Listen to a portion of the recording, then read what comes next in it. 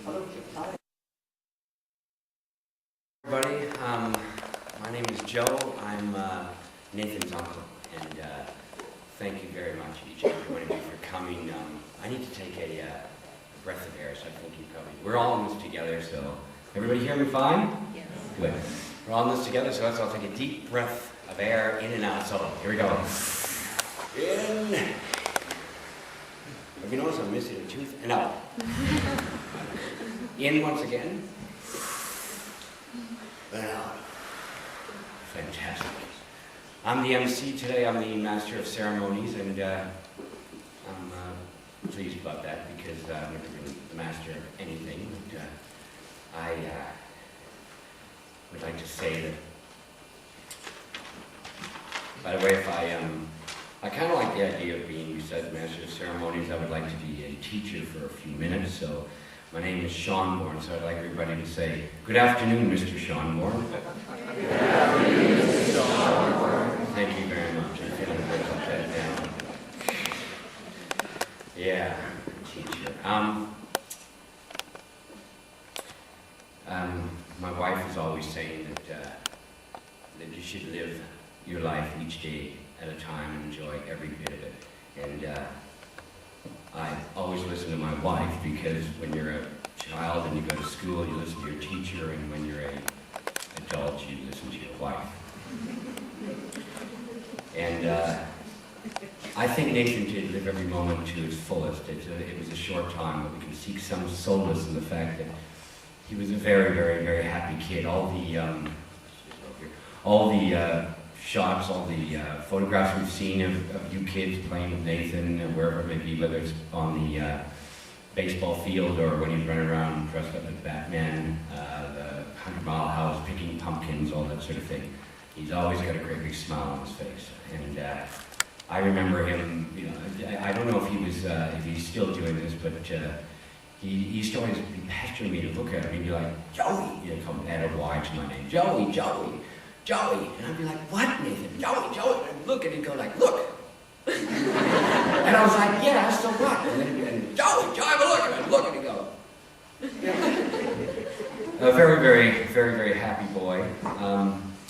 And he also was very happy because he had all of you as friends and family, and also the love of his family here. My sister Marie, his father, and Sarah, his sister, and my brother David, and Dee Dee, and the rest of the family, Miriam, and they loved him very much. I know that when I first heard of this thing, the first thing I said over the phone to Marie was that he was a fabulous father, always looking out for Nathan and just spending mounds and mounds of time with him, which was a very wonderful thing considering that Mary's a very busy man. He works about 7 days a week. So the reason, by the way, I brought up earlier the fact that I wanted you to call me Mr. Seanborn was that if at any time during this soliloquy, if I start to look like I'm going to get emotional, I want you all to say, good afternoon, Mr. Seanborn.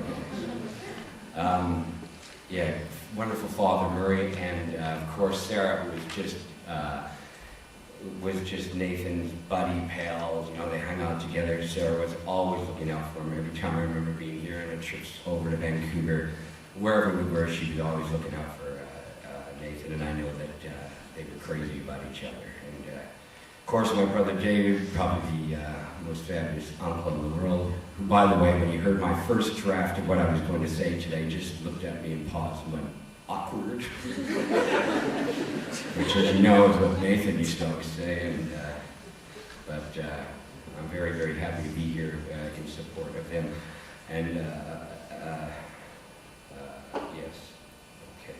I'd also like to say, give you an idea of how much they worshiped and loved Nathan, that apparently Nathan only had one day in his entire life where he was babysat, and he was babysat by his grandmother Miriam, and this means two things: either A, he was very loved by his family, or B, Miriam was a horrible babysitter. I'd like to say a massive, massive thank you. I've got it written all over here. Thank you 100 times over for all the support from all of you, the mothers bringing the food every night, and just incredible, profound kindness to our family, and we thank you very, very much for that. Each and every one of you, you know who you are, so I won't be able to say all your names. I'd like to say the lady that was a bit concerned when she found out that she was giving us chocolate chip cookies, and my brother's a pastry chef at the Empress Hotel in Victoria. She was a bit concerned about that. I'll let you in on a bit of a secret. All chefs, David will vouch for this, chefs making crab souffles and Peking duck and that sort of thing usually are doing it with a half a hot dog hanging out of their mouth. So we love those cookies, by the way, and thanks very much for all of that. I'd like to say a great big thank you also to Carol, and she's been a massive help here, and she's going to be coming up later and speaking of it herself. So at this point, I'm going to move on to my other list, which is my opportunity to get off the stage here and let some other people come up and speak. And so we have some teachers coming up, and our first teacher is Miss Joanna Wood. So Miss Joanna, could you come on? I'll be saying Ms. I should say Ms. by the way, because that way there won't be any problems in the future. So Miss Joanna Wood.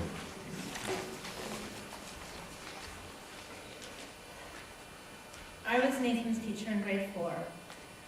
And when I think of Nathan, some of the words that come to mind are charming, joyful, silly, and kind. I remember his mop of curly hair, the twinkle in his eyes, his wonderful sense of humor, and his almost never fading smile. I remember when our class went swimming and Nathan jumped into the water. When he popped up, it took a moment for everyone to recognize him. His wet hair was hanging halfway down his back. We always knew he had lots of hair, but I don't think anyone realized just how much. Some children would have been embarrassed by the attention they received about this, and I half expected Nathan to go home and cut his hair off. But he didn't, and next time we went swimming, he came back, same mop of hair, laughing the whole thing off. I also remember Nathan in the air band 2 years ago, grooving with his giant cardboard cutout saxophone. Despite some snide comments from some of the friends, Nathan and Tristan were up at the front with a group of girls who had wanted to expand their group. It can be really easy to succumb to peer pressure and not do something when somebody tells you it's not cool, but he was up there doing exactly what he wanted to be doing. As a teacher, I found Nathan was genuinely interested in learning. He was always engaged in the lessons and in discussions, and when he didn't understand something, he was confident enough to ask the questions he needed to ask. He was also persistent and determined to do his best, even when he found things challenging. Many of Nathan's peers have recently commented on his cheerfulness, his smile, and the way he made people laugh.